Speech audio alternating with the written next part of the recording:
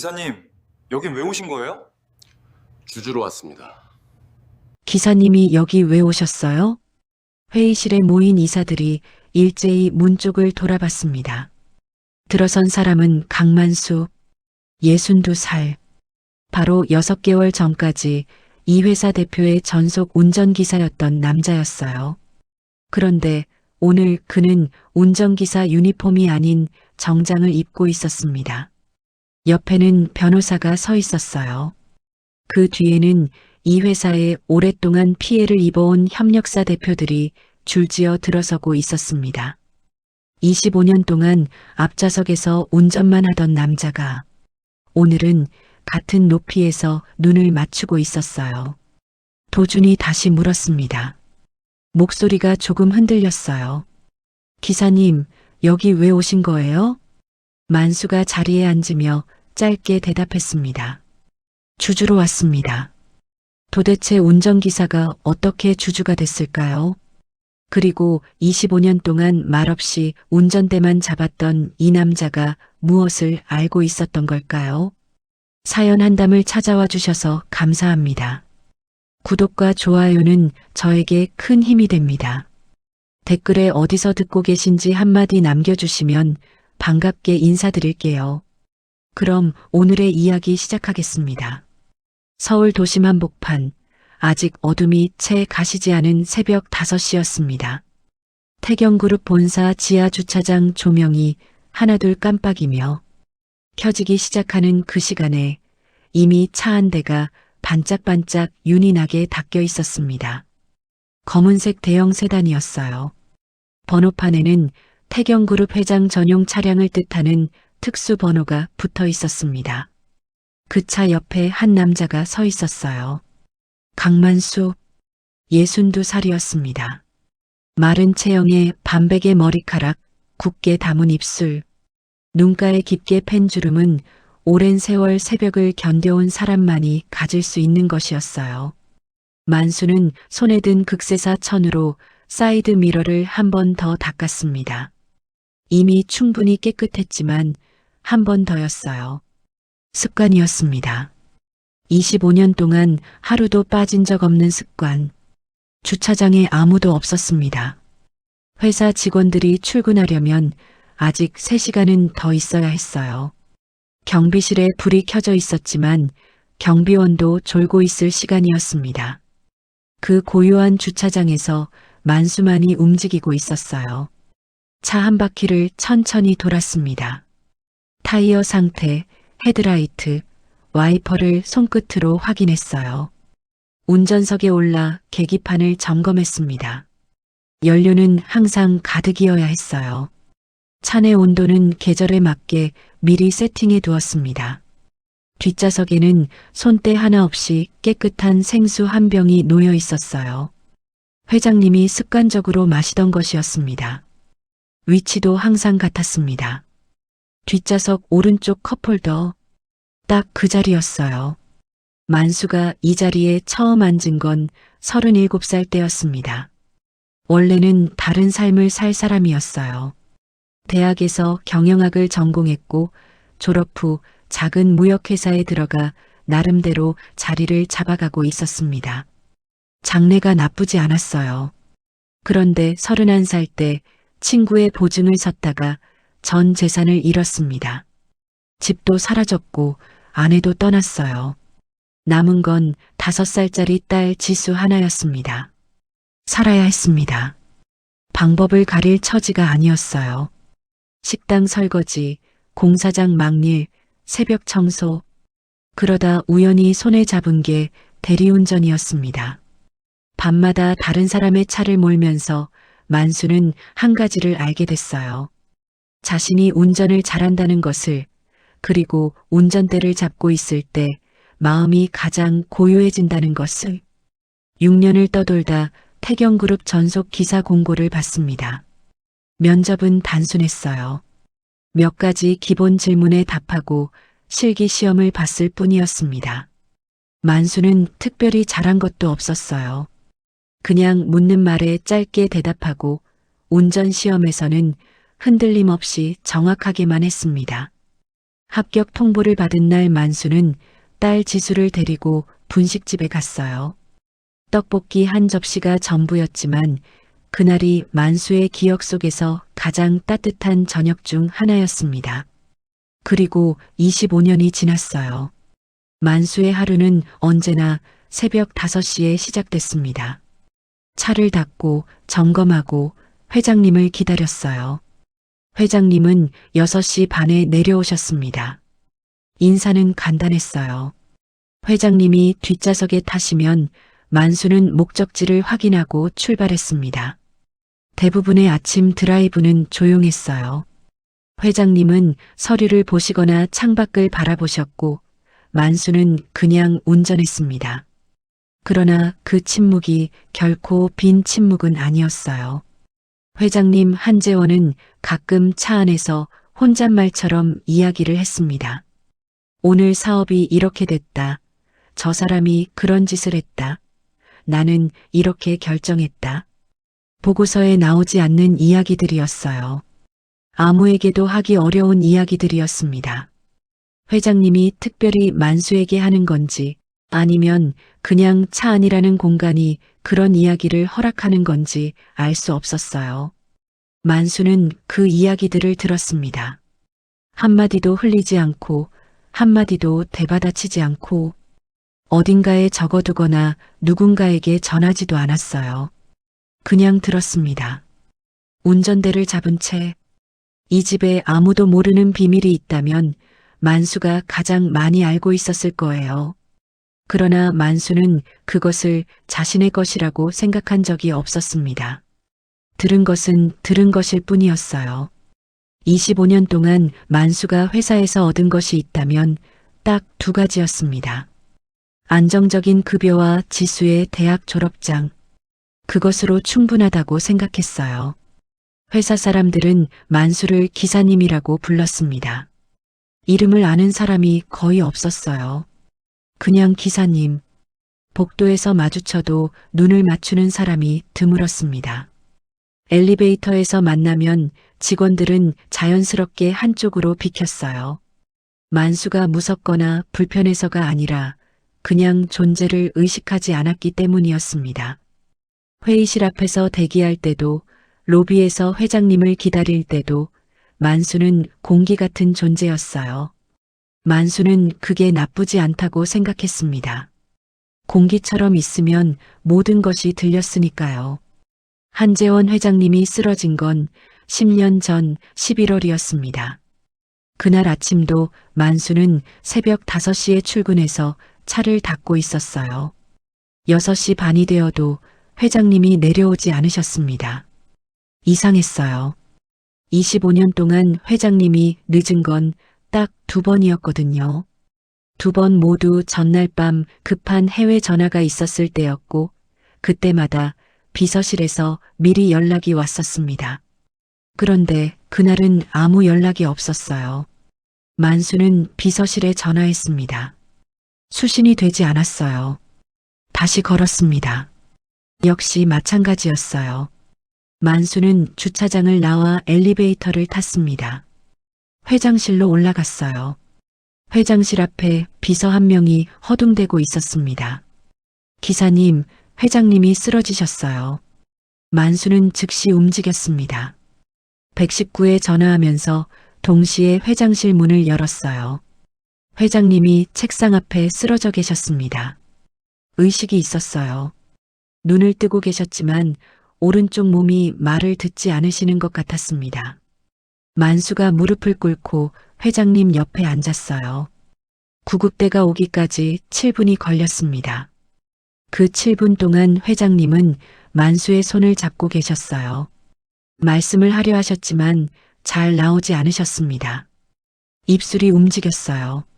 만수는 귀를 가까이 댔습니다. 만수야. 25년 동안 회장님이 만수의 이름을 부른 건 그때가 3번째였습니다. 첫 번째는 만수가 처음 출근한 날이었고 2번째는 만수의 딸 지수가 대학에 합격했다는 소식을 들었을 때였어요. 그리고 3번째가 이날이었습니다. 만수는 대답했어요. 짧게. 알고 있습니다, 회장님. 무엇을 알고 있다는 건지 명확하지 않았어요. 그러나 회장님은 고개를 끄덕이셨습니다. 그것으로 충분한 대화였어요. 구급대가 들어왔습니다. 회장님이 실려 나갔어요. 만수는 그 자리에 잠깐 서 있었습니다. 회장실 안을 한번 둘러봤어요. 수십 년 동안 이 회사를 이끌어온 사람의 공간이었습니다. 책상 위에 어젯밤까지 검토하던 서류들이 그대로 펼쳐져 있었어요. 만수는 조용히 문을 닫고 나왔습니다. 회장님은 사흘 뒤 세상을 떠나셨습니다. 장례식장에 만수도 갔어요. 조문객들이 줄을 서 있었습니다. 재계 인사들, 회사 임원들. 만수는 그 줄의 맨 끝에 섰어요. 차례가 됐을 때 만수는 영정 앞에 고개를 숙였습니다. 눈물은 나오지 않았어요. 나올 것 같지 않았습니다.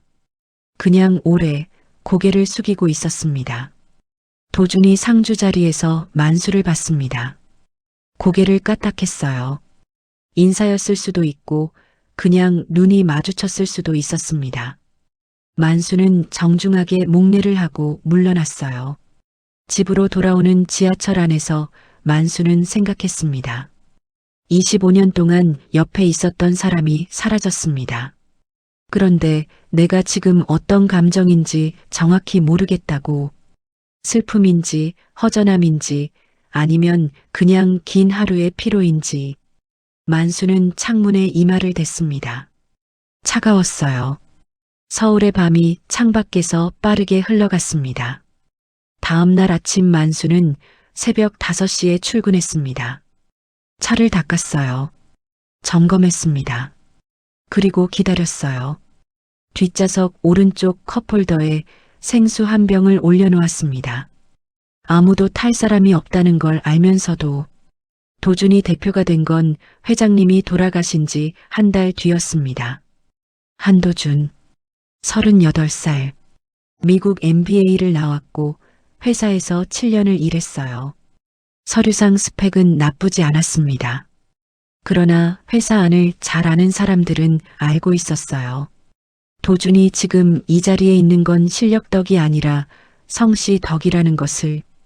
도준이 대표가 된 첫날 아침, 만수는 6시 반에 차 앞에 서 있었어요. 도준이 지하 주차장으로 내려왔습니다.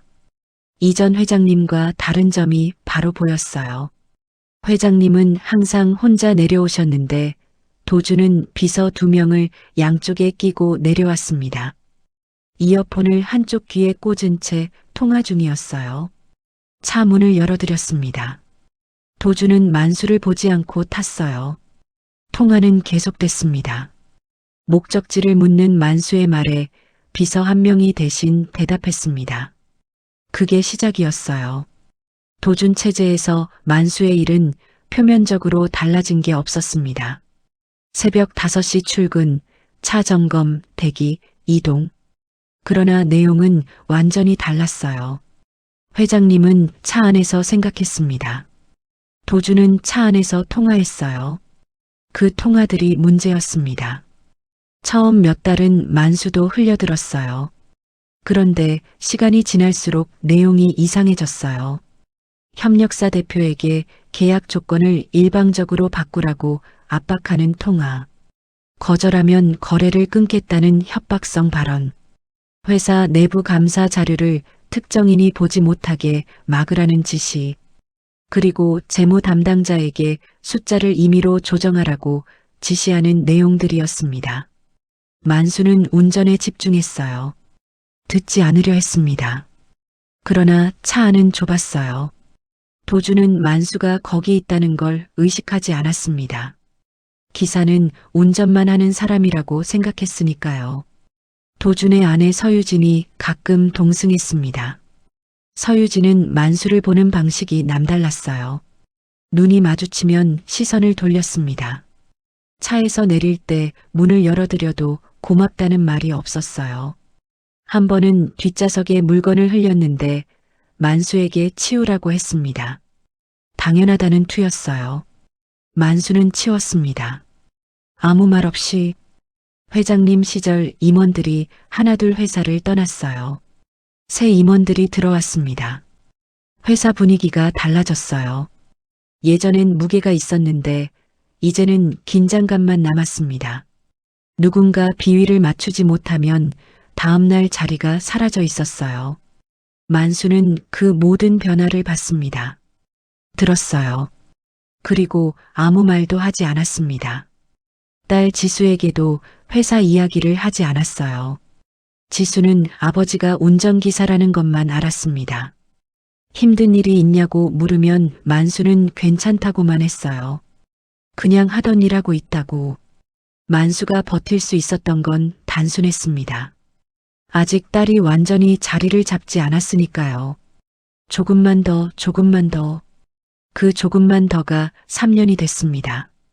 어느 날 법무팀 이정민이 만수에게 말을 걸었습니다. 이정민은 34살이었어요. 조용하고 날카로운 인상의 여자였습니다. 회사에서 거의 눈에 띄지 않는 사람이었어요. 그런데 만수와는 이상하게 몇 번 마주쳤습니다.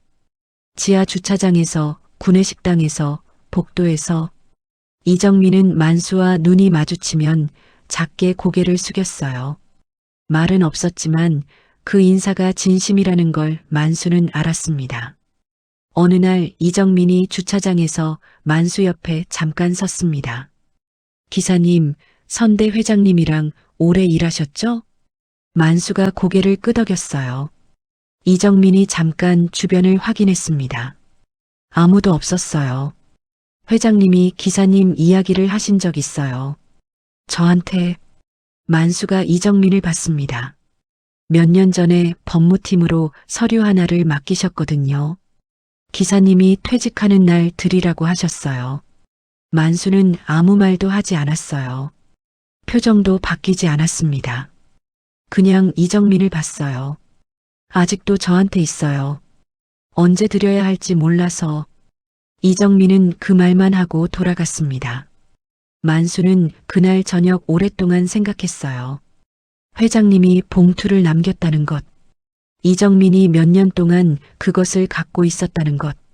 그리고 퇴직하는 날 주라는 조건이 붙어 있었다는 것. 그것이 무엇인지 만수는 짐작하지 못했어요. 아니, 하지 않으려 했습니다. 짐작이라는 게 때로는 기대를 만들고 기대는 실망을 부르니까요. 그 봉투의 존재는 만수의 가슴 한쪽에 조용히 자리를 잡았습니다. 꺼내보지 않는 서랍 속 물건처럼. 그리고 그로부터 1년 뒤 드디어 그 봉투를 받을 날이 왔습니다. 해고 통보가 온 건 목요일 오전이었습니다. 인사팀장이 회의실로 만수를 불렀어요. 작은 회의실이었습니다. 창문도 없는 공간이었어요. 인사팀장은 50대 초반의 남자였는데 만수와는 한 번도 제대로 대화를 나눈 적이 없는 사람이었습니다. 테이블 위에 서류 한 장이 놓여 있었어요. 강만수 기사님, 회사 사정으로 인해 이번 달 말일자로 계약이 종료됩니다. 퇴직금은 근로기준법에 따라 법정 기준으로 정산됩니다. 인사팀장은 서류를 만수 앞으로 밀었습니다. 목소리가 평탄했어요. 미리 여러 번 연습한 사람의 말투였습니다. 만수는 서류를 받았어요. 천천히 읽었습니다. 내용은 단순했어요. 계약 종료, 법정 퇴직금 지급, 사내 비밀 유지 서약. 그리고 마지막에 4일란이 있었습니다. 만수는 한 가지가 눈에 걸렸어요. 25년 근속이었지만 퇴직금은 딱 법이 정한 만큼이었습니다. 회장님 시절엔 장기 근속 직원에게 별도의 위로금을 주는 관행이 있었는데 그 항목이 없었어요. 도준이 그 관행을 없앴다는 걸 만수는 이미 알고 있었습니다. 1년 전 차 안에서 인사팀장에게 지시하는 내용을 들었으니까요. 만수는 펜을 들었어요. 서명했습니다. 아무 말 없이. 인사팀장이 잠깐 당황한 표정이었습니다. 항의를 예상했던 것 같았어요. 뭔가 말하려는 듯 입을 열었다가 닫았습니다. 만수가 먼저 일어났어요. 서류를 인사팀장에게 돌려주고 회의실을 나왔습니다. 지하 주차장으로 내려갔어요. 자신이 25년 동안 사용하던 작은 대기 공간이 있었습니다. 주차장 한쪽 구석에 붙은 작은 방이었어요. 책상 하나, 의자 하나, 작은 선반이 전부였습니다. 선반 위에 있는 것들을 박스에 담기 시작했어요. 별게 없었습니다. 낡은 수첩 하나, 차량 점검 매뉴얼, 손때 묻은 장갑 2켤레, 딸 지수가 대학 졸업할 때 찍은 사진 한 장, 그리고 회장님이 3년 전 회사 창립 기념일에 전 직원에게 나눠준 볼펜 하나. 만수는 그 볼펜을 아직도 쓰고 있었어요. 다 담아도 박스 하나였습니다. 25년이 박스 하나에 담겼어요. 만수는 그 박스를 들고 주차장을 나가려 했습니다. 그때 발소리가 들렸어요. 이정민이었습니다. 숨을 조금 가쁘게 몰아쉬고 있었어요. 뛰어온 것 같았습니다. 손에 낡은 봉투를 들고 있었어요. 기사님, 이거요. 목소리가 조금 떨렸습니다. 만수는 봉투를 받았어요. 두꺼웠습니다. 생각보다 무게가 있었어요. 겉에는 아무것도 적혀 있지 않았습니다. 회장님이 맡기신 거예요. 꼭 기사님께 직접 드리라고 하셨어요. 이정민이 잠깐 만수를 봤습니다. 기사님, 죄송해요. 제가 더 일찍 말씀드렸어야 했는데. 만수는 고개를 저었습니다. 괜찮다고 그 말만 했어요. 이정민이 허리를 숙였습니다. 진심이 담긴 인사였어요. 만수는 봉투와 박스를 들고 주차장을 나갔습니다. 로비를 가로질렀어요. 직원들이 몇 명 지나쳤습니다. 아무도 만수를 보지 않았어요. 오늘이 만수의 마지막 날인 걸 아는 사람은 거의 없었습니다. 엘리베이터 앞에서 서유진과 마주쳤어요. 서유진은 만수가 박스를 들고 있는 걸 봤습니다. 잠깐 시선이 멈췄어요. 무슨 의미인지 아는 눈빛이었습니다. 그리고 고개를 돌렸어요. 엘리베이터 버튼을 눌렀습니다. 만수도 아무 말 하지 않았어요. 엘리베이터가 왔습니다. 서유진이 먼저 탔어요. 만수는 계단으로 내려갔습니다. 건물 밖으로 나왔을 때 가을 햇살이 내리쬐고 있었어요. 만수는 잠깐 멈춰서 하늘을 봤습니다. 25년 동안 이 건물 앞에서 얼마나 많은 아침을 맞았을까요? 얼마나 많은 저녁을 보냈을까요? 그 숫자를 세어본 적은 없었지만 이제 그날들이 끝났다는 것만큼은 분명했습니다. 만수는 버스 정류장으로 걸어갔어요. 박스와 봉투를 들고 집에 도착한 만수는 봉투를 바로 열지 않았습니다. 짐을 내려놓고 손을 씻었어요. 밥을 지었습니다. 혼자 저녁을 먹었어요. 설거지를 했고 딸 지수에게 짧은 문자를 보냈습니다. 오늘 퇴직했다. 잘 지내고 있다. 지수에게서 바로 전화가 왔습니다. 갑작스러운 거 아니냐고, 괜찮냐고. 만수는 괜찮다고 했어요.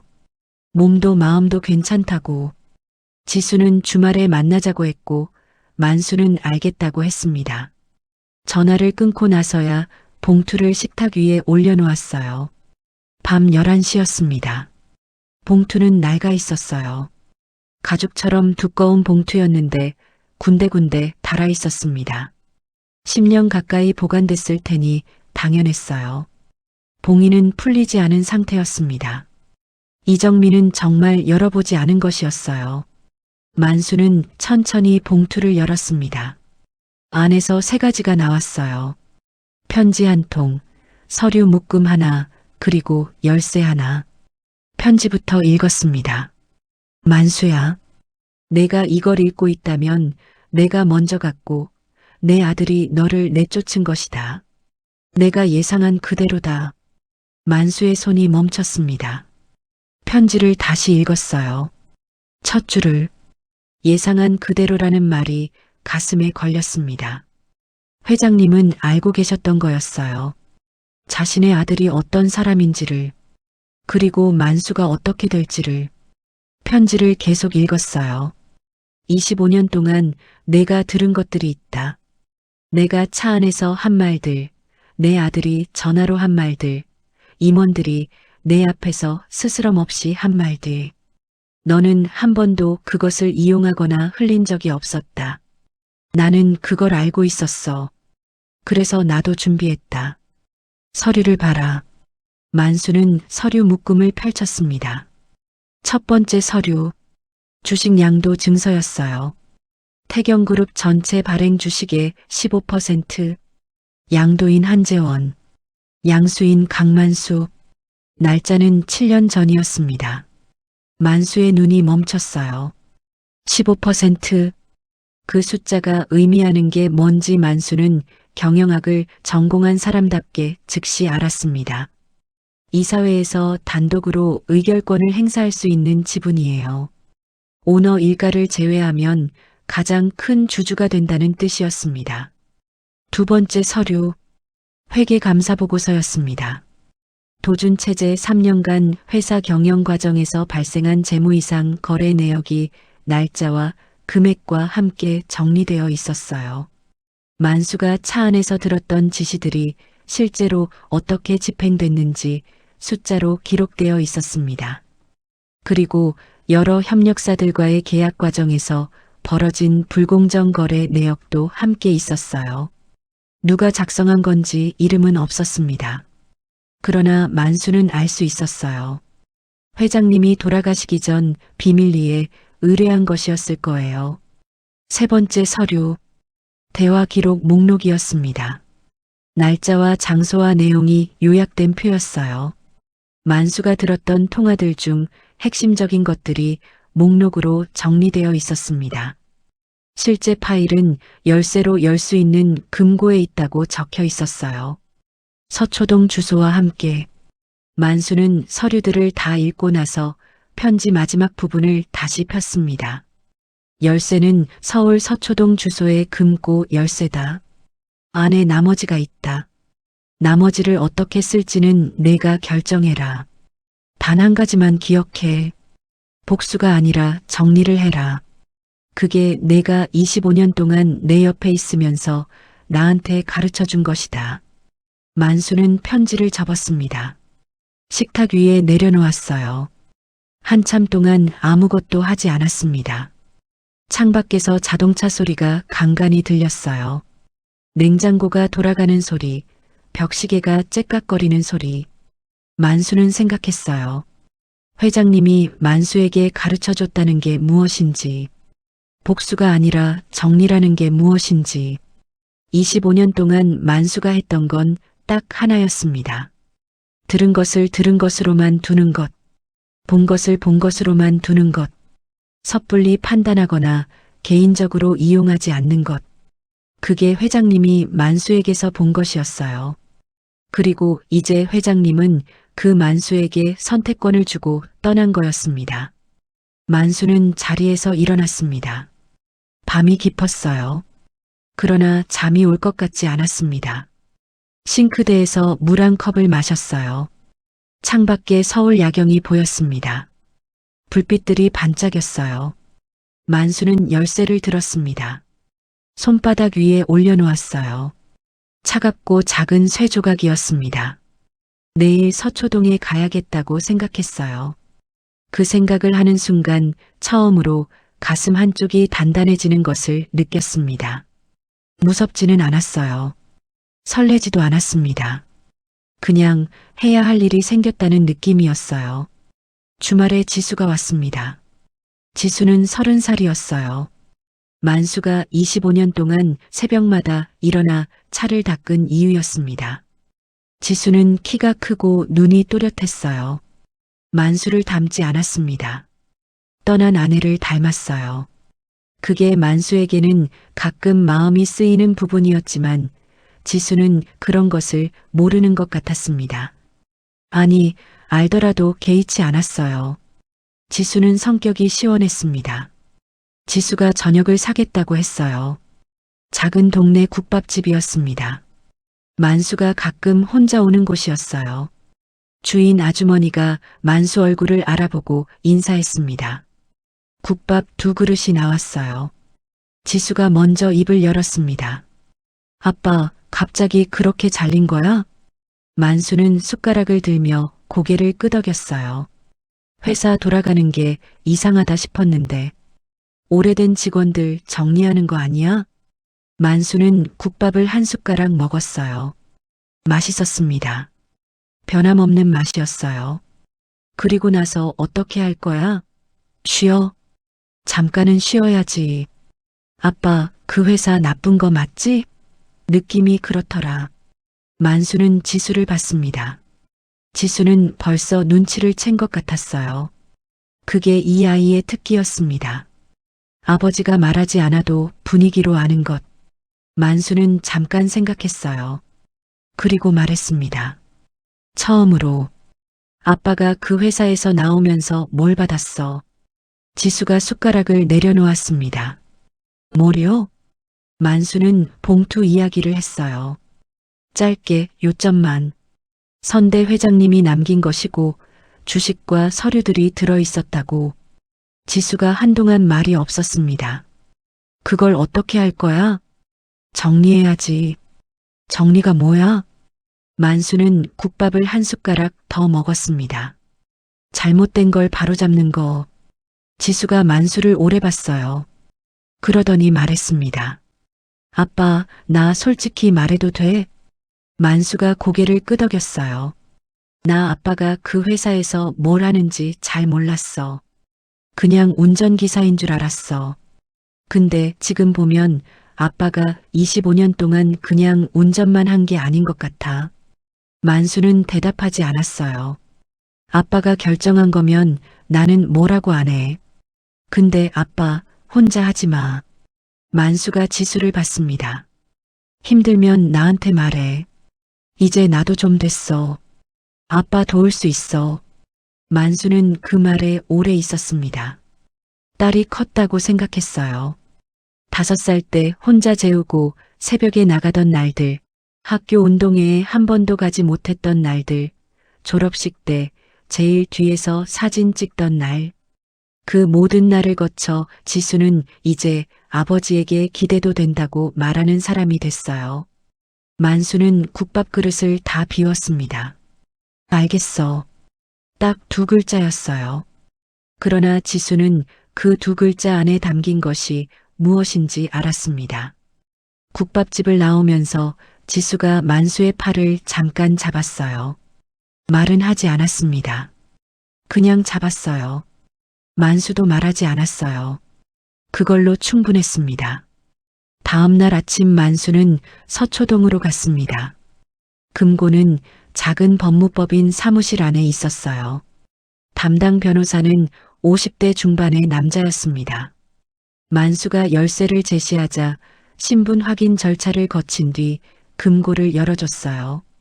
안에는 2가지가 있었습니다. 저장 장치 하나, 그리고 두꺼운 서류 봉투 하나. 저장 장치에는 3년치 대화 기록 파일이 들어 있었어요. 도준이 차 안에서 했던 통화들, 그리고 여러 업무 지시 내용들. 파일 하나하나에 날짜와 내용 요약이 붙어 있었습니다. 회장님이 직접 정리한 것이었어요. 서류 봉투 안에는 회계감사원본 보고서가 있었습니다. 3년치 재무 이상, 거래 내역, 협력사 계약 과정의 문제점, 자금 흐름의 불균형. 페이지 수가 200페이지가 넘었습니다. 만수는 그것들을 집으로 가져왔어요. 그날부터 6개월이 시작됐습니다. 만수는 먼저 변호사를 구했어요. 기업 전문 변호사였습니다. 대형 로펌 출신으로 최근 독립한 40대 초반의 남자였어요. 만수가 서류와 저장 장치를 보여주자 변호사는 사흘 동안 검토한 뒤 말했습니다. 이 정도면 충분합니다. 회계사도 고용했어요. 서류 내용을 법적 언어로 정리하고 증거로 쓸 수 있는 형태로 만드는데 2달이 걸렸습니다. 그리고 만수는 직접 움직이기 시작했어요. 태경그룹의 협력사 대표들을 찾아갔습니다. 도준 체제에서 부당하게 계약이 파기됐거나 불합리한 요구를 받은 회사들이었어요. 만수가 파악한 곳만 16곳이었습니다. 처음엔 아무도 만수를 만나려 하지 않았어요. 운전기사 출신 노인이라고 했으니까요. 무슨 힘이 있겠냐고, 뭘 할 수 있겠냐고. 만수는 포기하지 않았어요. 일주일에 한 곳씩 찾아갔습니다. 처음엔 사무실 문 앞에서 거절당했어요. 다음 주에 다시 갔습니다. 또 거절당했어요. 그 다음 주에 또 갔어요. 세 번째 방문에서 한 협력사 대표가 만수를 드렸습니다. 그 자리에서 만수가 꺼낸 것은 서류가 아니었어요. 이야기였습니다. 2년 전 어느 날 오전 도준이 차 안에서 이 회사 대표와 통화하면서 했던 말. 어떤 내용으로 계약 조건을 바꾸라고 했는지, 거절하면 어떻게 하겠다고 했는지, 만수가 기억하는 그 내용 그대로였어요. 협력사 대표의 눈이 달라졌습니다. 그 자리에 없었던 만수가 어떻게 그걸 알았는지 물었어요. 만수가 대답했습니다.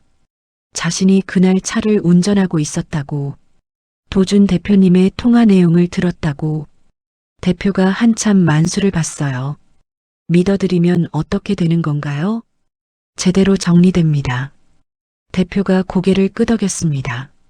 그게 첫 번째였어요. 그 다음 회사부터는 조금씩 달라졌습니다. 만수가 아는 내용들이 정확했으니까요. 상대가 예상하지 못했던 세부 내용들을 만수가 말할 때마다 대화의 공기가 바뀌었어요. 이 사람은 아는 사람이구나. 그리고 아는 걸 그냥 들고만 있지 않는 사람이구나. 6개월 동안 16곳 중 11곳이 만수를 믿기로 했습니다. 그 과정에서 만수는 한 가지를 발견했어요. 회장님이 만수에게 준 15% 지분의 의미가 무엇인지를. 단순히 재산을 준 게 아니었습니다.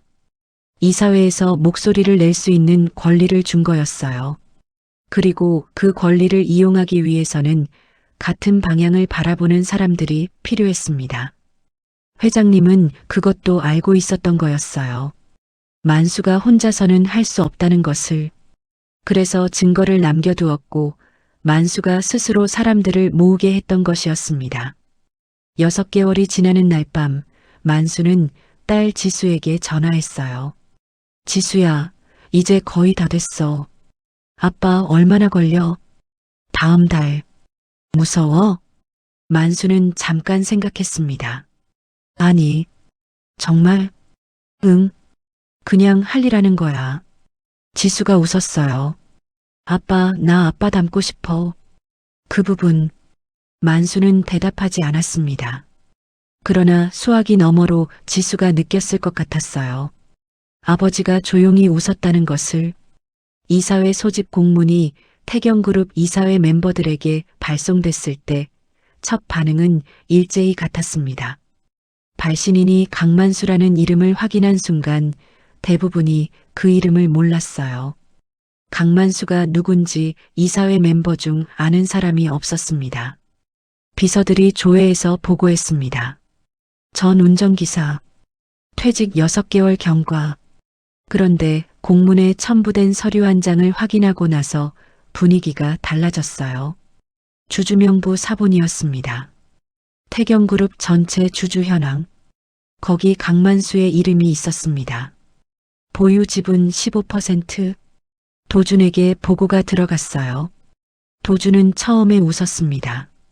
서유진도 웃었어요. 운전기사가 이사회를 소집한다니 어처구니 없다는 반응이었어요. 변호사를 시켜 확인하게 했습니다. 돌아온 답변에 도준의 웃음이 사라졌어요. 주식 양도는 적법했습니다. 7년 전 거래였고 공증까지 완료된 것이었어요. 취소할 근거가 없었습니다. 이사회는 열려야 했어요. 이사회 당일 아침이었습니다. 만수는 6시에 일어났어요.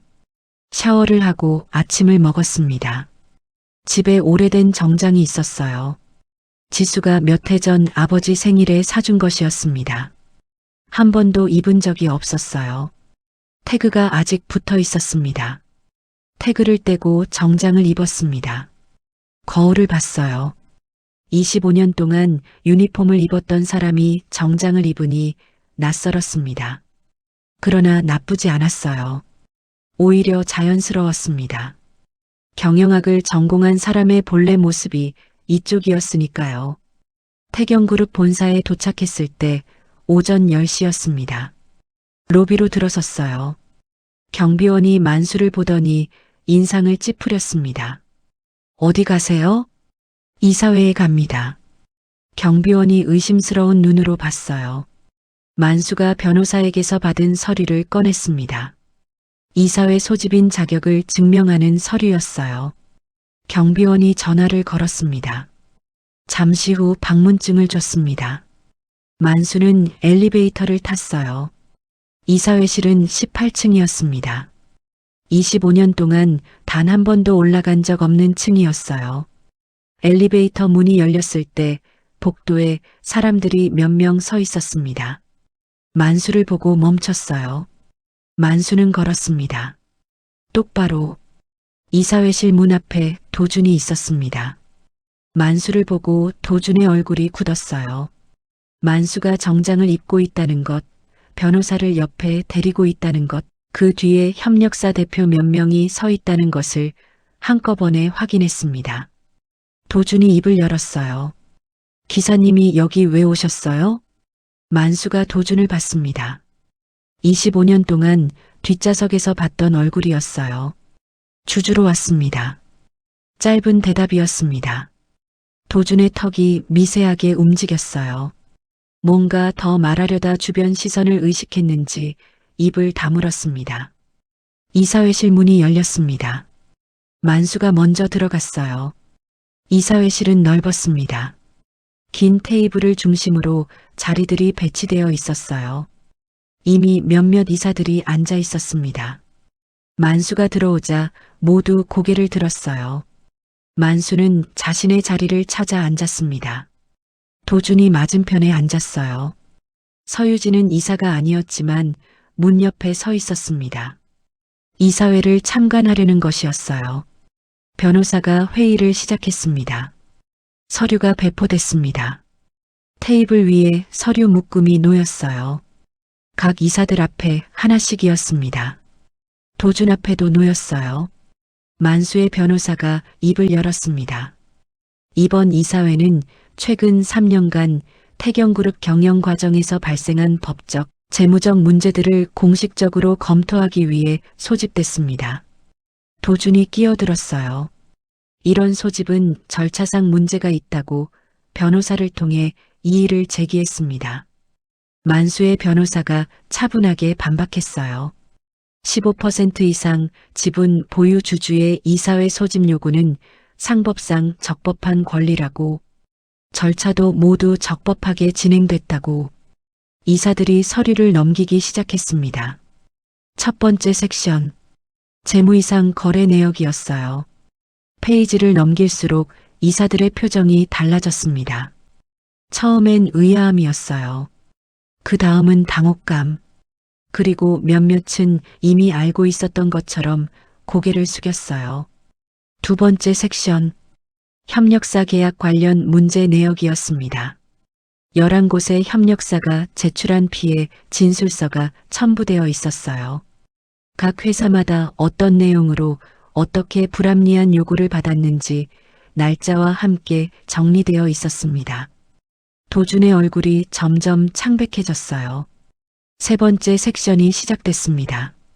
만수의 변호사가 노트북을 켰습니다. 회의실 스크린에 파일 목록이 떴어요. 총 87개의 대화 기록 파일이 있습니다. 이 중 법적으로 유효한 증거로 활용 가능한 파일은 43개입니다. 모두 차량 내 동승 상황에서 수집된 것으로 법률 검토를 마쳤습니다. 오늘은 핵심적인 3개만 재생하겠습니다. 도준이 자리에서 일어났습니다. 이 자료들은 증거로 인정될 수 없다고 주장했어요. 변호사가 대답했습니다. 모든 기록은 운전기사가 항상 동승하는 차량 내부에서 이루어진 것이며 법률 검토 의견서도 첨부되어 있다고. 도준이 자리에 다시 앉았어요. 첫 번째 파일이 재생됐습니다. 회의실에 도준의 목소리가 울렸습니다. 3년 전 어느 날 차 안에서 협력사 대표에게 전화하던 내용이었어요. 계약 조건을 일방적으로 바꾸지 않으면 거래를 끊겠다는 압박 내용이었습니다. 회의실이 조용해졌어요. 두 번째 파일. 재무 담당자에게 특정 비용 처리를 지시하는 내용이었습니다. 외부 감사 때 문제가 되지 않도록 항목을 조정하라고 요청하는 내용이었어요. 이사 한 명이 도준을 봤습니다.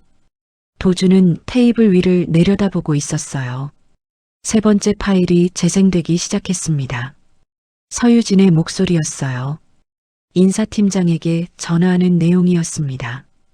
오래된 직원들 명단을 정리하라고, 선대 회장님 시절 사람들을 우선으로 하라고, 그리고 강 기사를 맨 처음에 포함시키라고 하는 내용이었어요.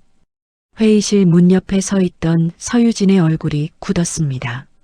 만수는 서유진을 봤어요. 표정이 없었습니다. 분노도 승리감도 아니었어요. 그냥 봤습니다. 서유진이 시선을 피했습니다. 변호사가 말을 이었습니다. 주주 제한 사항은 두 가지입니다. 첫 번째, 현 경영진에 대한 법적 검토를 위한 외부 감사 실시. 두 번째, 이사회 임시대표 선임을 통한 경영 공백 방지. 이사들이 서류를 보며 조용히 이야기를 나눴어요.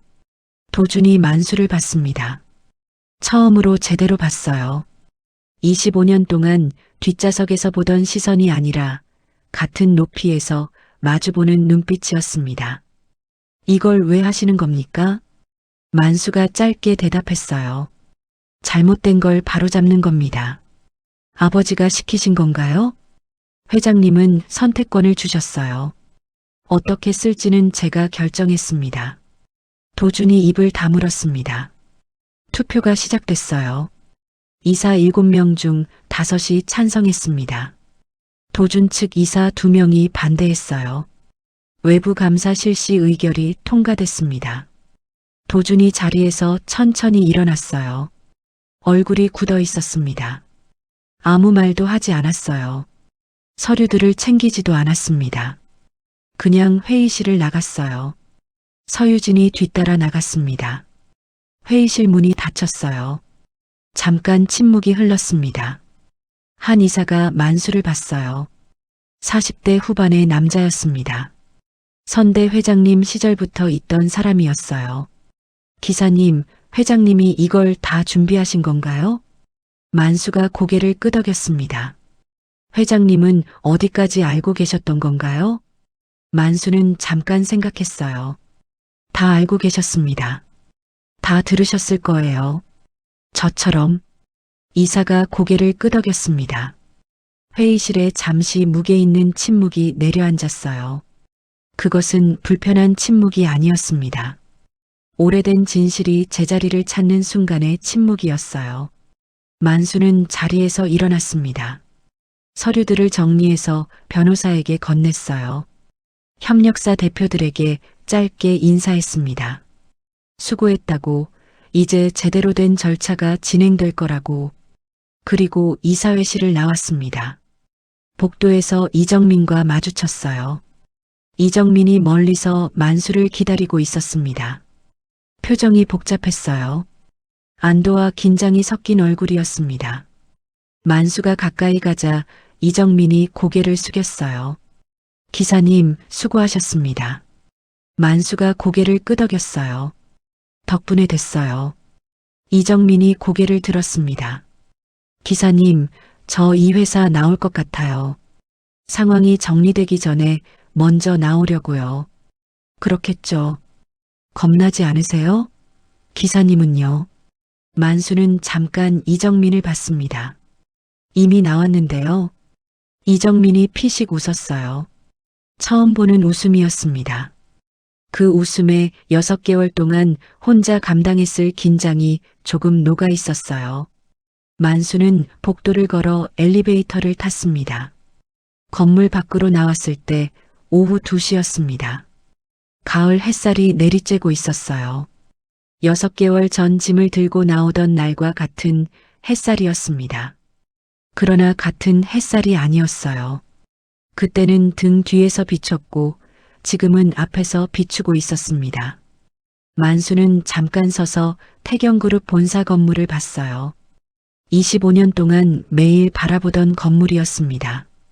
이제는 그럴 필요가 없었어요. 주차장으로 걸어갔습니다. 거기에 차 한 대가 있었어요. 검은색 대형 세단이었습니다.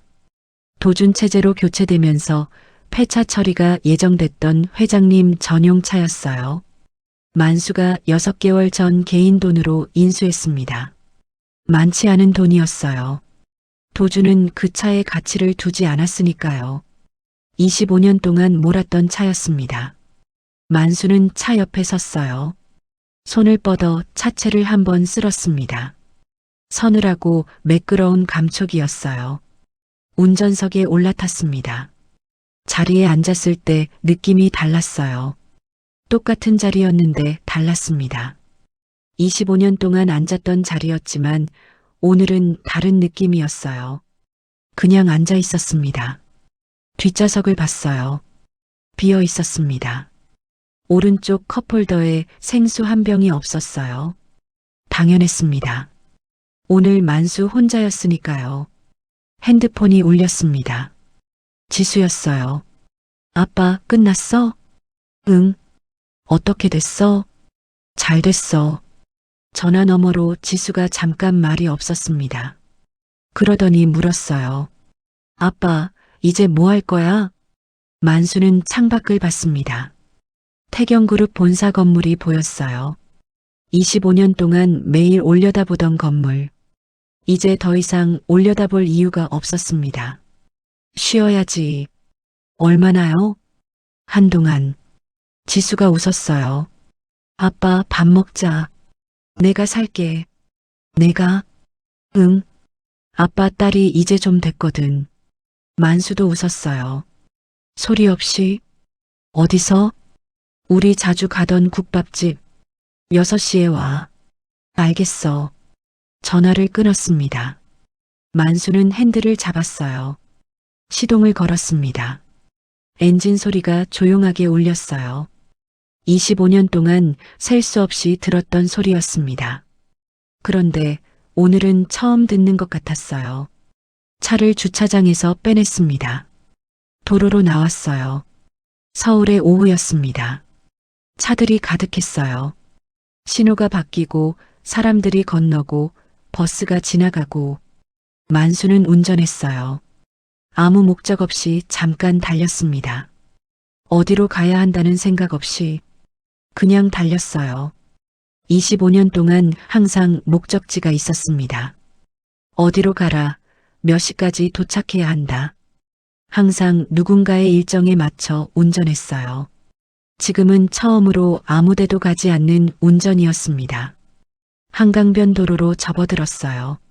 한강이 보였습니다. 오후 햇살이 강물 위에 부서지고 있었어요. 반짝이는 수면이 눈부셨습니다. 만수는 창문을 조금 내렸어요. 바람이 들어왔습니다. 가을 바람이었어요. 차를 한강변 갓길에 세웠습니다. 시동을 끄지 않고 그냥 앉아 있었어요. 강을 봤습니다. 25년 동안 이 강을 수백 번 건넜을 거예요. 항상 정해진 방향으로, 정해진 시간에, 정해진 목적지를 향해. 그런데 오늘 처음으로 그냥 봤습니다. 흘러가는 강을. 만수는 서랍에서 회장님 편지를 꺼냈어요. 다시 읽었습니다. 마지막 문장을 오래 봤어요. 복수가 아니라 정리를 해라. 그게 내가 25년 동안 내 옆에 있으면서 나한테 가르쳐 준 것이다. 만수는 편지를 접었습니다. 그리고 뒷좌석을 한 번 더 봤어요. 텅 빈 뒷좌석. 오른쪽 컵홀더. 25년 동안 거기에 앉으셨던 분이 있었습니다. 만수는 가슴 안에서 뭔가가 조용히 내려앉는 것을 느꼈어요. 슬픔인지 감사함인지 아니면 작별 인사인지 정확히 무엇인지는 모르겠었습니다. 그러나 이제 괜찮다고 느꼈어요. 다 됐다고. 만수는 시동을 걸었습니다. 6시에 국밥집에 가야 했으니까요. 딸이 밥을 산다고 했으니까요. 차가 다시 도로로 나왔습니다. 이번엔 목적지가 있는 운전이었어요. 국밥집이었습니다. 작고 낡은 국밥집. 주인 아주머니가 만수 얼굴을 알고 있는 그 집. 25년 만에 처음으로 자기가 가고 싶은 곳으로 가는 운전이었습니다. 만수는 핸들을 잡고 달렸어요. 서울의 저녁이 시작되고 있었습니다. 하늘이 붉어졌어요. 빌딩들 사이로 노을이 물들었습니다.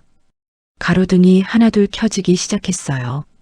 만수는 그 빛들 사이를 달렸습니다. 25년 동안 수천 번 달렸던 도로였습니다. 그런데 오늘은 달랐어요. 도로가 같고 차가 같고 핸들을 잡은 손이 같은데 달랐습니다. 자기 시간으로 달리고 있었으니까요. 국밥집 앞에 도착했을 때 지수가 이미 와 있었습니다. 입구 앞에서 핸드폰을 보고 있다가 만수의 차를 보고 손을 흔들었어요. 환하게 웃으면서 만수는 차를 세웠습니다. 지수가 달려왔어요. 둘이 국밥집 안으로 들어갔습니다. 주인 아주머니가 반겼어요. 어서 오세요. 오늘 딸이랑 같이 오셨네요. 지수가 웃었어요. 아버지, 오늘 특별한 날이에요. 무슨 날이에요? 지수가 만수를 봤습니다. 만수가 자리에 앉으면서 말했어요. 그냥 쉬는 첫날이에요. 주인 아주머니가 웃으며 주문을 받으러 갔습니다. 지수가 맞은편에 앉았어요. 메뉴판을 보면서 물었습니다. 아빠, 뭐 먹을 거야? 국밥. 나도. 그럼 국밥 2개. 주문이 들어갔어요. 두 사람이 잠깐 말없이 앉아 있었습니다. 지수가 먼저 입을 열었어요. 아빠, 나 솔직히 아빠가 오늘 무서웠을 것 같은데. 만수가 고개를 저었어요. 진짜 안 무서웠어? 응. 왜? 만수는 생각했습니다. 왜 무섭지 않았을까? 그냥 할 일 하는 거니까. 지수가 만수를 봤어요.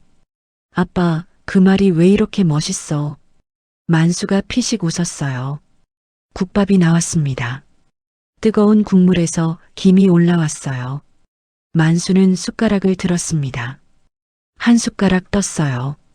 입에 넣었습니다. 뜨겁고 구수했어요. 언제나 같은 맛이었습니다. 지수도 먹기 시작했어요. 두 사람은 말없이 먹었습니다. 그러나 그 침묵이 불편하지 않았어요. 서로의 온기가 느껴지는 침묵이었습니다. 지수가 국밥 절반쯤 먹다가 만수를 봤어요. 아빠, 앞으로 계획 있어? 만수는 국밥을 먹으면서 대답했습니다. 당분간 쉬고, 그 다음엔 생각 중이야. 뭔가 하고 싶은 거 없어? 만수가 숟가락을 내려놓고 생각했어요. 25년 동안 하고 싶은 걸 생각해 본 적이 없었어요. 항상 해야 하는 것들만 있었으니까요.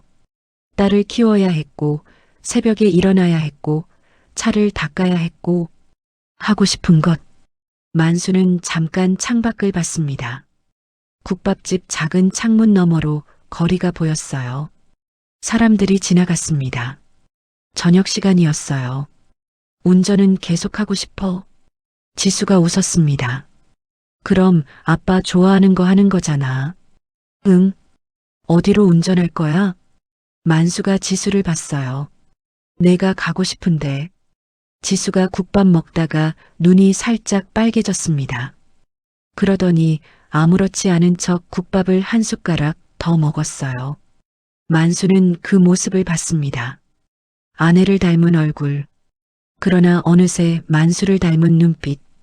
25년 동안 가장 잘한 일이 무엇이냐고 누군가 물으면 만수는 아마 이 아이를 키운 것이라고 할 거예요. 그것 하나만으로도 25년은 충분했습니다. 국밥을 다 비웠어요. 지수가 계산하겠다고 일어났습니다. 만수는 자리에 앉아 잠깐 기다렸어요. 창밖을 봤습니다. 어느새 밖이 완전히 어두워져 있었어요. 가로등이 켜져 있었습니다. 사람들이 지나갔어요. 저마다 어딘가로 가고 있는 사람들이었습니다. 만수는 생각했어요. 내일 아침에도 5시에 눈이 떠질 것 같았습니다. 25년 동안의 몸이 쉽게 바뀌지는 않겠지요. 그러나 내일 아침에는 차를 닦으러 가지 않아도 됐어요. 어딘가를 기다리지 않아도 됐습니다. 그 자유가 아직은 낯설었어요. 그러나 나쁘지는 않았습니다. 지수가 돌아왔어요. 아빠 가자. 두 사람이 국밥집을 나왔습니다. 밖은 차가웠어요. 가을밤이었습니다. 지수가 만수 옆에 섰어요. 나란히 서서 주차된 차를 봤습니다. 검은색 세단이 가로등 아래 서 있었어요. 아빠, 저 차는 왜 아직도 갖고 있어? 만수는 차를 봤습니다. 그냥 팔면 돈 되지 않아? 응. 그럼 만수가 잠깐 생각했어요. 팔기 싫어. 지수가 피식 웃었습니다. 아빠도 정드는 게 있었어? 만수는 대답하지 않았어요. 차 쪽으로 걸어갔습니다. 운전석 문을 열었어요. 지수가 조수석으로 왔습니다. 아빠, 오늘 나 집까지 데려다 줘. 만수가 시동을 걸었어요. 어디야? 지수가 주소를 말했습니다. 만수가 내비게이션을 켰다가 잠시 후 껐습니다. 알고 있었어요. 딸 집은 외워두고 있었습니다. 한 번도 가본 적이 없었지만 딸이 이사 가던 날 주소를 들으면서 외웠어요. 그게 만수의 방식이었습니다. 차가 출발했습니다. 지수가 조수석에서 핸드폰을 보다가 잠깐 창밖을 봤어요. 서울의 밤이 펼쳐져 있었습니다. 불빛들이 가득했어요. 빌딩들, 가로등들, 지나가는 차들의 헤드라이트. 지수가 작게 말했습니다. 아빠, 25년 동안 고생했어. 만수는 운전대를 잡은 채 앞을 봤어요. 대답하지 않았습니다. 그러나 핸들을 잡은 손가락에 조금 힘이 들어갔어요. 그게 대답이었습니다. 차는 달렸습니다. 서울의 밤 도로를 지났어요. 신호에서 멈추고 다시 달리고 좌회전하고 직진하고 25년 동안 수천 번 했던 것들이었습니다. 그러나 오늘은 달랐어요. 오늘은 딸을 집에 데려다주는 운전이었습니다. 만수가 25년 만에 처음으로 하는 종류의 운전이었어요. 지수의 집 앞에 차가 섰습니다. 지수가 내렸어요. 문을 닫기 전에 만수를 봤습니다. 아빠, 자주 보자. 응, 진짜로. 알겠어. 지수가 문을 닫았어요. 손을 흔들었습니다. 건물 안으로 들어갔어요. 만수는 지수가 완전히 들어갈 때까지 기다렸습니다. 그리고 차를 출발시켰어요. 이제는 집으로 가는 길이었습니다. 가로등이 차례로 지나갔어요. 만수는 운전하면서 생각했습니다. 내일 새벽 5시에 눈이 떠지면 뭘 할까? 처음에는 아무것도 떠오르지 않았어요. 그러다 한 가지가 생각났습니다. 오래전에 읽다가 덮어둔 책이 있었어요. 경영학 책이었습니다. 30대 초반에 읽다가 보증 사건이 터지면서 중간에 덮어둔 책. 그 책이 어딘가에 있을 거예요. 이사를 몇 번 하면서 같이 들고 다녔으니까 어딘가에 있을 것 같았습니다. 그걸 꺼내서 마저 읽어야겠다고 생각했어요. 만수는 핸들을 잡고 달렸습니다. 서울의 밤 불빛들 사이를 25년 만에 자기 시간으로 달리는 운전이었어요. 마지막 운전이자 첫 번째 운전이었습니다. 오늘도 끝까지 들어주셔서 진심으로 감사드립니다. 살다 보면 한자리에서 묵묵히 버텨온 사람이 떠나는 날이 있습니다. 그리고 그 사람이 떠난 뒤에야 그 자리가 얼마나 컸는지를 알게 되죠. 오늘 만수처럼 평생 들어왔지만 한 번도 말하지 않았던 분들, 있어 왔지만 한 번도 보이지 않았던 분들께 이 이야기가 작은 위로가 됐으면 합니다. 진심은 반드시 닿습니다. 다만 조금 늦게 닿을 뿐이에요. 구독과 좋아요는 이런 이야기를 계속 전할 수 있는 힘이 됩니다. 댓글에 오늘 이야기 어떠셨는지, 어디서 들으셨는지 한마디 남겨주세요. 감사합니다.